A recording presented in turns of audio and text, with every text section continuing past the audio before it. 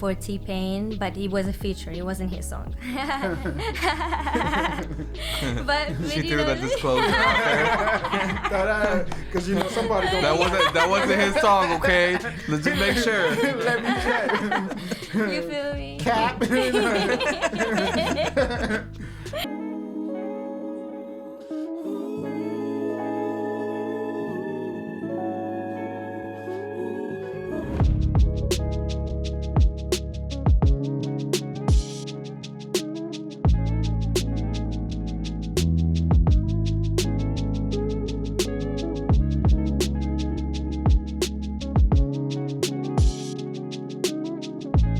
Good morning, good afternoon, good evening, wherever you are in the world. Welcome back to our platform. I'm your boy Drew.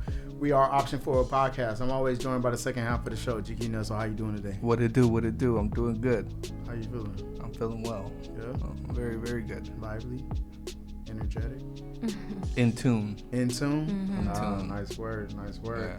All right, and ladies and gentlemen, we are in for a very, very special treat today. All right? I would say our guest represents community, freedom of expression, that agape love. What y'all don't know what that is? That's unconditional love. What's supposed to be, right? No. Please welcome the extremely talented writer, singer. I saw that little reel she put up. Dancer. All right. I'm fine. Miss Kim, how you doing today? How you pronounce your last name? Mantsur. Mantsur? Yeah. Welcome, Kim Mantsur. Thank you. How you doing today? Me. I'm doing good. I'm actually super excited to be here. I appreciate you for inviting me. I appreciate you guys for tuning in. It feels good. Definitely feels good to be here. All right. Did you get stuck in traffic? Kind of, but I'm not mad at it. Like, I was in an Uber, so I was just like listening to music, then having a good conversation with a driver, catching a vibe. What's up? What were you listening to? R&B beats. Just beats. Looking at the views. You like R&B music? Yeah, it's the best. It's the best? Mm-hmm. You sing a little bit? No. You sure? In the shower. You sure? thought I heard something. I don't know. I mean, you never know who's watching. But tell the listeners a little bit about yourself. Where'd you grow up? So I was born and raised in Israel, and I moved here 4.5 years ago. Okay. Dang, all right. What? Dang, you came out of school? What was it? So I was in Israel, and I finished the military. I saved up, and then I wanted to just travel. I wanted to, I always loved doing dance. It's like I started doing it professionally around when I was 18. I was doing it in Israel. Then I was doing music videos. I was a cheerleader, and then I wanted to do more. I wanted to take a risk and go dance in a place where the best studios are at, the best classes are at. I wanted to be around that energy, So I just I flew here, and then things just started happening, and I just been in this journey, and I'm still here, Nice. How long was you in the military? What is it mandatory out there, right? Yes. So How many years did you do, or is it months? 2 years for girls and 3 years for guys. What was your job? I was something close to a social worker of the base. It was a social condition NCO. And pretty much it was like a social worker. So soldiers would come and they would share with me if they have any issues. Sometimes they just need to talk. I would go visit their homes and see if they missing furniture, or if they have a healthy family environment, or if there's violence. Then I have to communicate between soldiers and commanders to make sure that they live in a good environment. Maybe we can help them with financial aid and stuff like that. So I was the one negotiating between soldiers and the commanders, and pretty much just being there for them. Dang, that's intense. That's crazy. That's good though. No, that's good. That's tight. Do you have a morning routine? What's the first thing you do normally when you get up? The first thing I do, I sit on my bed and I just focus on my breathing. I just breathe for a good 15 minutes, or at least until I feel that tapped in. And then I just start my day. I make the bed up, do what I gotta do. Slow, deep breaths? Yes, very slow. like all the way, then I hold it a little bit, and then I breathe. I just breathe out. Like either I focus on my breathing, or like I would just be aware of my thoughts, aware of my emotions, aware of where I'm at, listening to the birds, listening to even traffic, just like being in the moment. Dang. Yeah. I'm like, have you tried it? Have Maybe you? I I mean, try. I mean, hey, I think that would be Not like an actual, like, I'm sitting on the edge of my bed and I'm going to I'm gonna listen to a fucking bird, you know? Yeah, so it's like when you go to the gym and you work out, you build a muscle, right? Right. So when you practice the stillness, when you practice your like presence, you get better at it, and like you make the best decisions when you're really present in a moment, you know. So you can practice that, and then you really like you can feel like there's no difference between anybody else. We all feel all kinds of emotions, maybe depression, maybe sadness, but like you get better at dealing with these emotions, and that's how you like do good shit in life, you know. Most def. And you are, so people watching this not confused, you are a choreographer? Yes, I'm a choreographer and dancer. Oh, okay, all right. You have a studio. What studio do you work out of, or what's the process?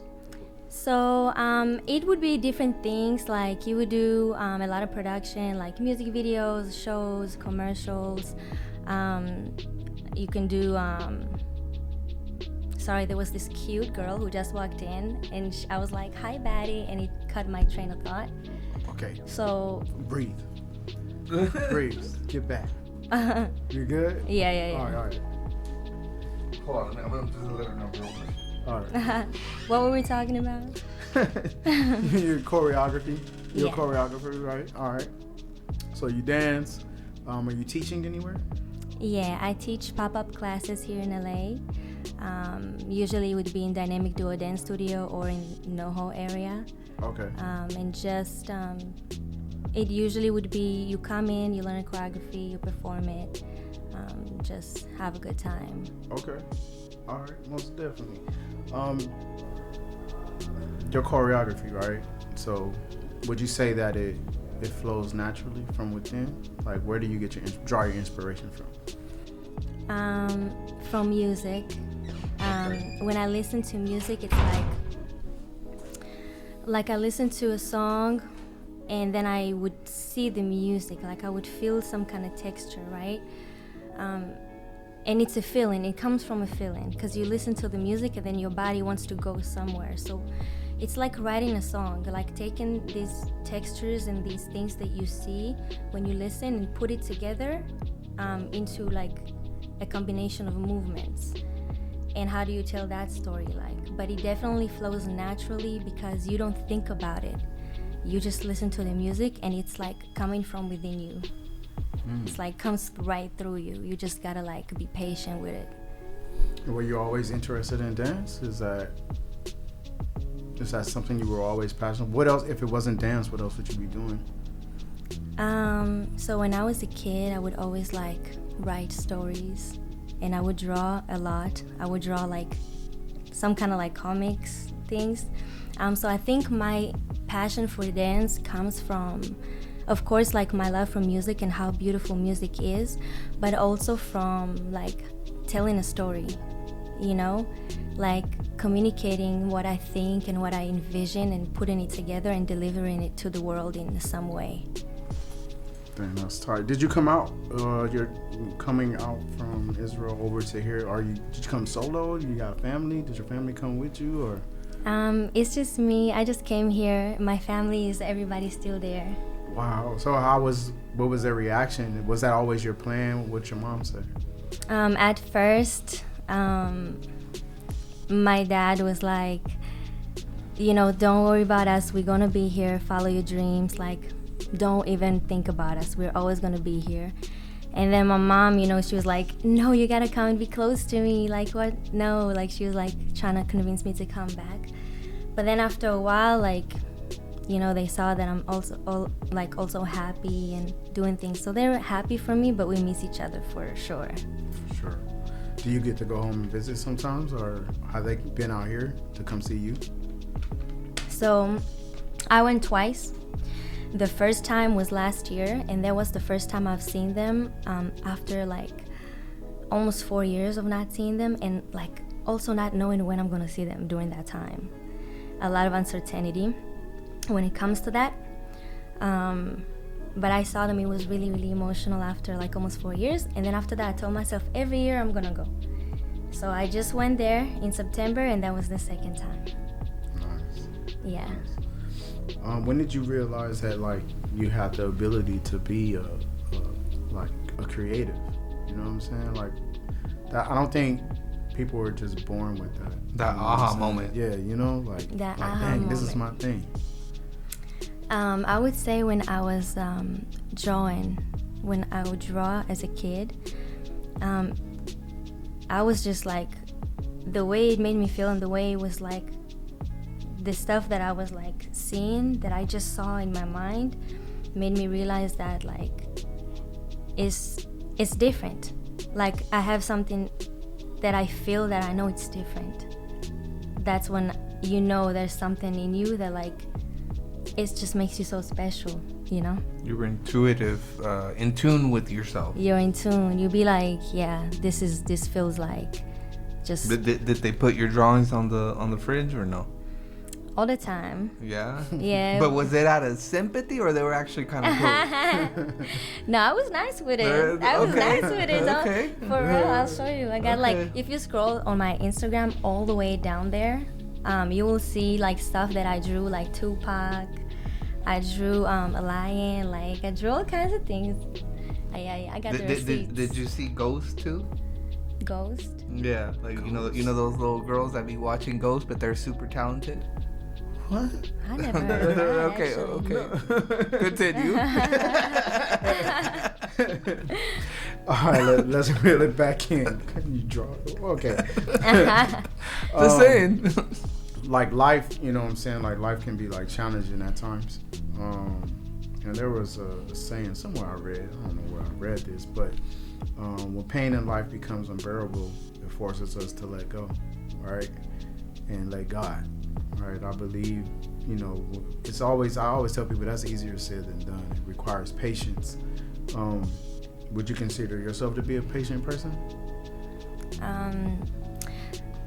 You know, I would say that sometimes I'm not so patient, but I am aware of my faith, because it's like, it's true. Sometimes life will get challenging, and sometimes like something can happen that will make you question everything, like everything. And like when you really have nowhere else to look but to God, it's like, I don't know, you know? So, but it's very humbling, and there's beauty in pain, because then you say your prayer and you say it's really from your heart, and in that moment you can really feel him, you know? Do you feel it's important, like when you're going through those tough times, to reflect on the things that are going well in your life, the things that you do have? Like, why is that important? Of course. It's important because you never know like what God is protecting you from, and the situation or whatever it is you're looking at is worse than other things, but it's better than another, and you have to be grateful for what you have. You have to see those things because it's a miracle, you know? And it's building the momentum too. When you start to be grateful for things, then you will notice more and more things, and it's just better to place your mind there, you know? Interesting. All right. Let me see. In your opinion, right, with so much divide amongst in our communities, society, nation, and in our country, and you know what I'm saying, all over the world, what do you think is like a possible solution, you know what I'm saying, to eliminate or to kind of mend all these heartaches and pains and stuff like that, the things that are going on now? So I think the division and what's going on now, all the pain and all the suffering that is going on, I believe that there is a correspondence between the one and the many. And I think that anything that happens on the outer world, on the external world, is a reflection of something that's going on inside. And I think that collectively, like as humans, it's the solution. The only solution that I can think of is if we really do check ourselves and see, like, where is there division between me and myself? Like, what parts of me do I not accept? You know, because what's happening, like, you can't control everybody, but you can only control you. And right now, it's like the easiest thing to do is to fall into the illusion that there is division, because at the end of the day, we're all really humans, you know. So I think it's just a reflection of something that we have to deal with as humans, and each person individually has to focus on being the embodiment of the change that you want to see. It's really, really important, and to really right now focus on being the best version of yourself that you can be, because there's a lot of things that you're going to see around you that are really, really painful, and you have to be aware of that. You have to feel those things. You have to be present, and I understand that because I'm doing the same thing. But really focusing on your purpose in these times. Yeah. All right. Okay. Very touching. Yeah. Oh, stop. You want a box of Kleenex? Oh shit. But no, I think it's important to, like, it's definitely important to hear those words being said. Mm-hmm. You know, I think oftentimes, you know, we're stereotyped, you know what I'm saying? And it's like one shoe, you know, one size fits all. And it's not like that. You know, I think we all have the ability to express and come with our own rationale and thoughts and beliefs and opinions. So, like, regardless of what the media is spreading or your family is spreading, I mean, it doesn't mean that you feel the same way. You know what I'm saying? And I think a lot of times our divide comes from a lack of communication. You know what I'm saying? We go off of what I heard, what I think they, you know, assumptions. And, you know, something, because I did time in the military too, but they always say is like, when you assume, you make an ass out of you and me. You know what I'm saying? So don't assume no. But yeah, I think it's important to just talk and have that communication, and that's exactly why we have this platform. You know what I'm saying? Right. To talk and to share. We don't always have to agree. You know what I'm saying? We don't always have to think alike, but we can respect one another's opinions and thoughts and beliefs. You know? Yes. But what could you do without? All right, if you had to do without, all right, I'm gonna give you some options: friendships, dance, or music.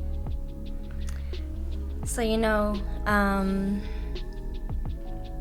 this is a very interesting question. Mm-hmm. Friendships, dance, or music? Mm-hmm. Never giving up on music, no way. So, never giving up on dance, that's a fact. And so it leaves friendships, which, you know, is no new friends, she said. It's cool because, like, all of my friends are my business partners. So I work with these girls, like, I create with them, so I can have my business partners with me. That's cool. All right.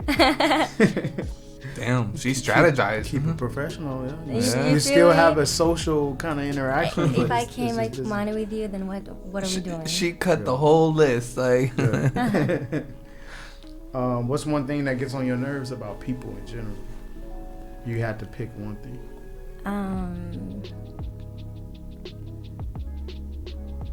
I mean, there's a lot of things. Damn.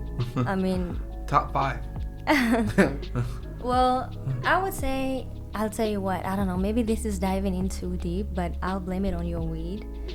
But something but something that can get on my nerve when it comes to people is just like feeling like too, how do I say this, like too on the ego side, too on the fear of like somebody threatening your identity or something like that, you know? So it makes you really like hate another person or say really mean things to them when you don't really like you know enough, or what you said something before is very true when you said that a lot of these a lot of this division comes from miscommunication.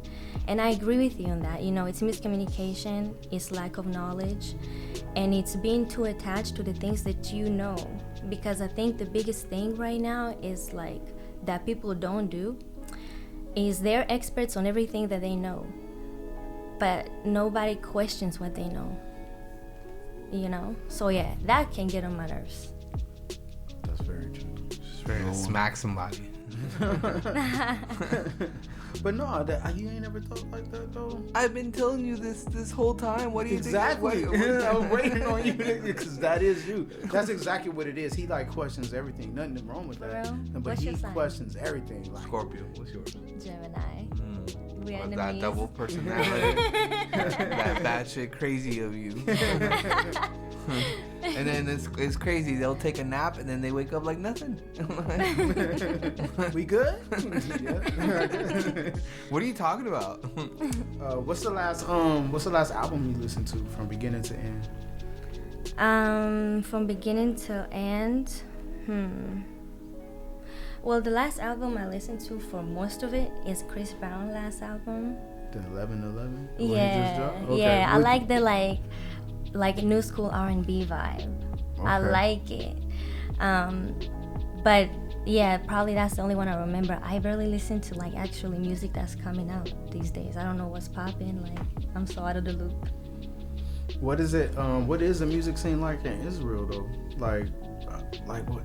I mean, it would be like dumb of me to say like, y'all know what Chris Brown is over there. It's like y'all some like, but you know what I'm saying? Like, what is it like? What's popping? Who's popping over there? So there's a lot of amazing artists in Israel. Growing up, the mainstream was like Middle Eastern vibe more. I was like part of the small percentage of kids listening to like hip hop and R&B and stuff like that. But now it's like it's so versatile. You have like amazing artists that do hip hop. You have some artists like that do reggae. You got all kinds of things. It's just like a mixture of everything. It's fly. Israeli music is fly, especially the new stuff. What's up? You bumping it right now? You got it on your playlist? Yeah. I got I got some stuff. You got some stuff. So what's like your next move? What are your goals? Like now, you've been here. I know sometimes we put like timetables on things that we want to accomplish. Like by this time I want to have this. By this time I want to, finish this. Like, do you do that? And what is it? What you want to do next? So to be honest with you, right now is times of a lot of uncertainty for me. I don't know what's really like going to happen. And when I think about it, sometimes I can feel a little bit of anxiety. So these days, like, I'm really present in the moment, and I think I'm big on just like letting the natural current take me. And what I follow is just like what I love doing, which is creating. So I just make sure that as far as my responsibilities, that I'm able to have time to create my choreographies, my visions, and I know that will lead me like exactly where I need to be, just following this path of sharing my art with the world. It took me here, and I came here with no plan. I didn't know nobody, so I just followed the same path all along. And I'm pretty sure you knew Chris Brown though. Of course. You're like you're Of like course I'm coming to America.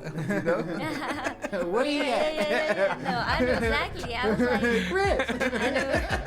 Funny. With that, like doing, like, say for instance, preparing a number, have you worked with any like, celebs like that on that level, or what was like, dang, I can't believe I'm working with him or her? Anyone like that you would like to share? Yeah, so it was even less than a year of me moving here, and I got to do a few amazing projects. One of them was choreographed for Lil Wayne for the song NFL, and to choreograph for Nav with this song with Travis Scott, Gunna. It's called Turks. which was really, really dope. We had to make a choreography like with like guns, and when you see the music video and you see the girls moving, it's like, it looks so dope. It's really dope to see that. After you did it in your living room, envision what it would look like to have a bunch of ladies just doing this choreography. So for T-Pain, but it was a feature, it wasn't his song. But she threw that disclosure out there. Because somebody that wasn't his song, okay? Let's just make sure. Let me check. You feel me? Cap. No, but dope things, and even like other than choreographing for these amazing people that like, some of them I grew up on, but really getting to do this for a living, like just doing it, with people that I love doing it with, like my friends. So I think every day doing that is such a success. It's like, I can't believe, Mama, I made it. I'm out here. Yeah. We outside now. No, that's cool. Does your mom dance? Where does it come from? You think you got it from her or your dad? Both of them really love music. So I think just enjoying the music like that, I don't think that they both don't dance, but I feel like if my mom took a dance class, I think she would kill it. I think she would do good. And we're going to get her on live. I know, like you said, it's uncertainty right now. Things are challenging and stuff like that. But, like, I think that's just a big move coming from your home and coming over here to the U.S. Like, what has it taught you about yourself? You know what I'm saying? Was there anything that you was like, dang, like, I didn't even recognize or realize that I was capable of this? A main thing that I realized is how true it is that everything has two sides. Like, nothing is like either good or bad. Because growing up, I felt like, I looked different than everybody else around me, and then like there was a part that like I didn't feel like Jewish enough or something like that. And I felt like I didn't belong in a way, But then when I came here, don't get me wrong, like I do feel belong, and it's my home, and I love everybody, and like I got love for where I'm from. But growing up as a kid, it was a little different. So when I came here and I was here by myself, I realized how independent I was and how I could feel home in a place that is not my home, because I never really felt home, So I was like, I got power, because like right now I'm not gonna fold. Like I'm not gonna be like, hey, it's getting a little hard, let me go back to let me go back. Like no, I'm doing like what I got to do, and I'm gonna make sure like I feel good doing it. But that's a main thing I learned about myself, that I was like, damn, like I'm stronger than I thought I was, and now it makes sense why I went through certain things that I went through. Okay, all right. People who don't know you would assume what? People who don't know me would assume that